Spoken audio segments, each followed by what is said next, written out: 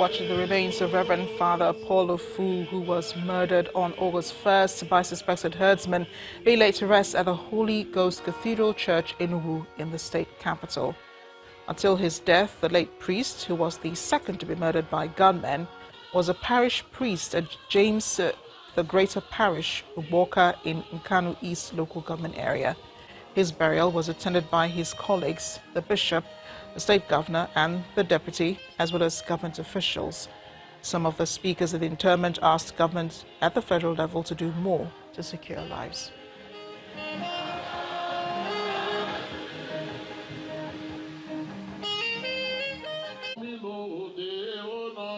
What lessons must we learn from the death of our brother, Father Paul?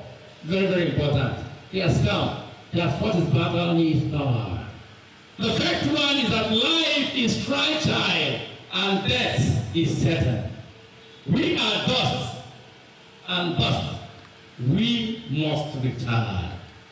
The second point I want us to take home today is we must set our house in order, as 2 Kings chapter 21 advises us.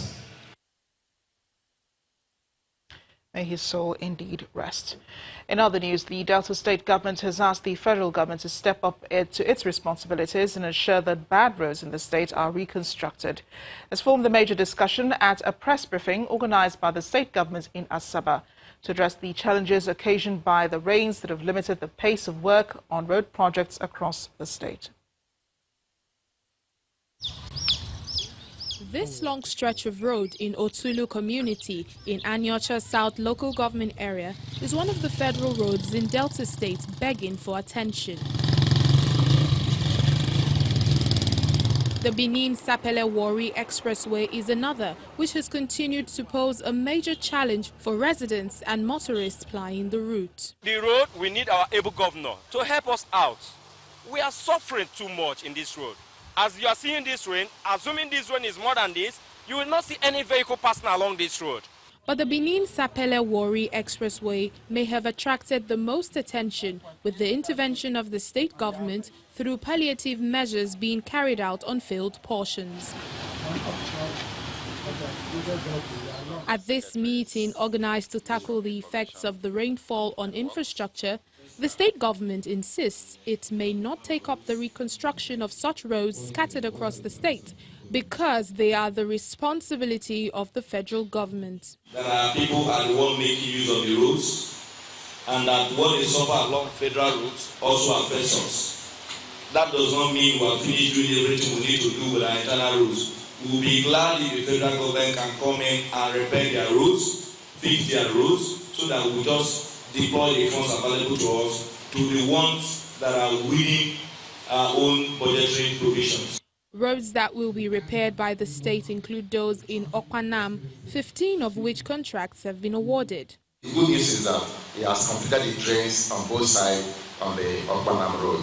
And so what we use to appeal to those living on that road corridor and those flying that road to please bear with us. We are aware of your challenges and we are ready to listen to debtors to ensure that we give debtors the very best. With the creation of the Asaba Capital Territory Development Agency and Warri Uwia Development Agency, the Delta State government believes it will gradually rehabilitate roads in the state to make life easy for its citizens.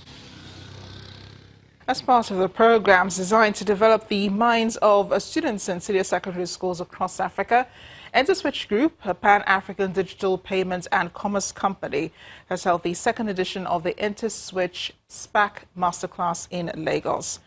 The Interswitch SPAC initiative was developed to promote and maintain the interest of students studying STEM in Africa.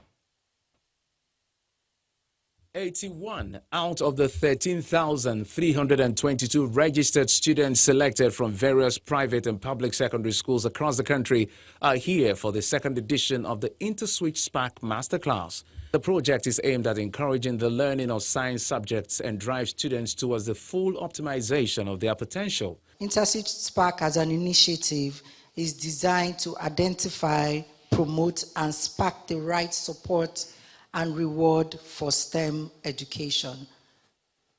STEM students and stakeholders not only in Nigeria but progressively across Africa. One of the things I say within InterSwitch. Speakers from various fields also take turn to share their experiences as a form of motivation to the students as they choose their career path. Find people of like minds, share your ideas, and you must be able to work towards the same goal. So define your goal, shape your goal, be clear about what you want to achieve, and find people who are complement, who would bring more value to that. Do as much as you can, especially in terms of learning languages and starting small businesses that can help your parents, because my parents didn't have that much money to be giving me at the time, so it really helped them. It took a strain off them that I had my own source of income and I was able to do things. It also gave me opportunities. Like I said, I was the first black woman ever to be awarded that scholarship to Japan. This stage is a build-up to the TV quiz competition where the students put to test their speed, precision and knowledge to win 12.5 million naira worth of scholarship at the tertiary level. The students are going to go into the studio where the actual competition will start. Every man or every woman stands for himself or herself. They're going to have different rounds. People are going to drop off. For some of them it will be very emotional. But overall, the plan is that the top 3 STEM students in Nigeria will come out tops, and of course they will get the winning prize. The masterclass is part of the company's corporate social responsibility targeted at increasing the interest in the study of science, technology, engineering and mathematics among senior secondary school students across Africa. Time for business news now. Here's Bisi Adebayo.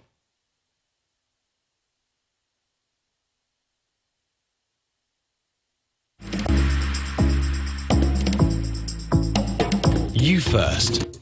First Bank.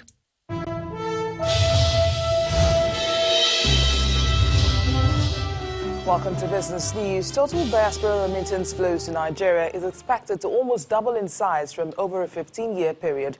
According to a new report from PricewaterhouseCoopers tagged Strength from Abroad, the economic power of Nigeria's diaspora migrant remittances to the country is expected to grow from $18.37 billion recorded in 2009 to $25.5 billion, $29.8 billion and $34.8 billion between 2019 and 2023. PwC explains that migrant remittances accounted for 77.2% of the federal government budget in 2018 and more than 10 times the foreign direct investment flows in the same period. In 2017, Nigeria, which accounts for over a third of migrant remittance flows to sub-Saharan Africa, led the continent in terms of remittance receipts, but dropped to second place behind Egypt in 2018. Nigeria's southwest has more domestic debt than other regions of the country, and that's according to a latest statistics released by the Debt Management Office. The report indicates that the geopolitical zone was exposed to a domestic debt of 1.04 trillion naira in the first quarter of 2019. The statistics from the DMO also showed that the 6 geopolitical zones of the country, and that's Lagos, Ondo, Ogun, Oyo, Ekiti, and Osun states, were exposed to a total domestic debt of 3.97 trillion naira as at March the 31st. Lagos, which is Nigeria's commercial capital, accounts for much of the debt within the zone with a total of 542.23 billion naira. President Muhammadu Buhari says the telecommunications sector contributed 10% to Nigeria's gross domestic product in the first quarter of 2019. The president made this known at the 2019 Conference of African Telecommunications Regulators on Consumer Affairs in Abuja. President Buhari, who was represented by the Chief of Staff to the Secretary to the Government of the Federation, Polycarp Shambo, advised regulators to be concerned about the effects of the technological changes on the customers. He also asked the telecommunications industry to play bigger roles in economic growth and development in Africa. Well, let's head to the stock markets now, where late sell-offs in the shares of telecoms giant MTN Nigeria pulls investor sentiment back in the red after the market earlier maintained a positive movement. Edidiong Nwang has a summary of today's transactions.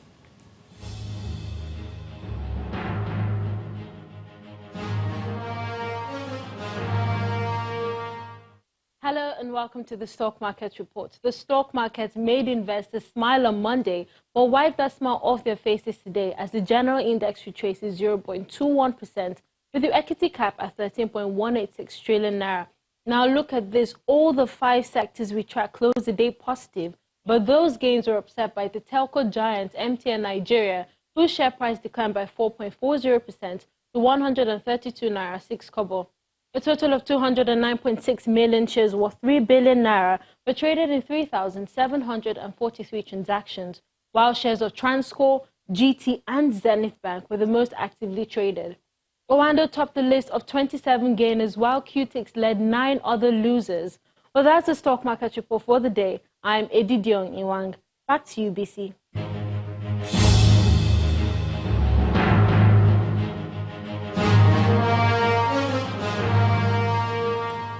Thanks, Eddie. Meanwhile, the resignation of Italy's Prime Minister Giuseppe Conte amid political crisis in the country takes its toll on European markets, while lingering concerns of a recession deals a heavy blow on Wall Street.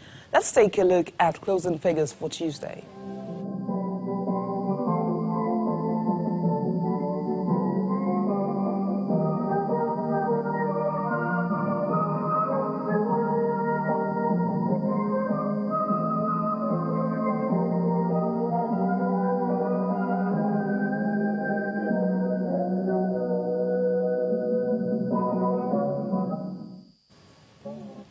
And that's it on Business News. It's back to you, Marachi.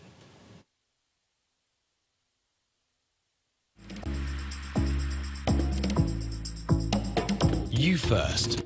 First Bank. Thanks, Bisse. This just in, an orphanage home is set to be on fire in the Aguda area of Lagos.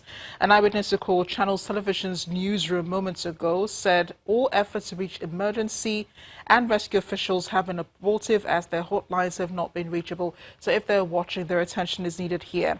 The eyewitness fears that some orphans and their caregivers may be trapped in the inferno. Again, an orphanage home in Aguda area of Lagos State, of Surulere in Lagos State, set to be on fire.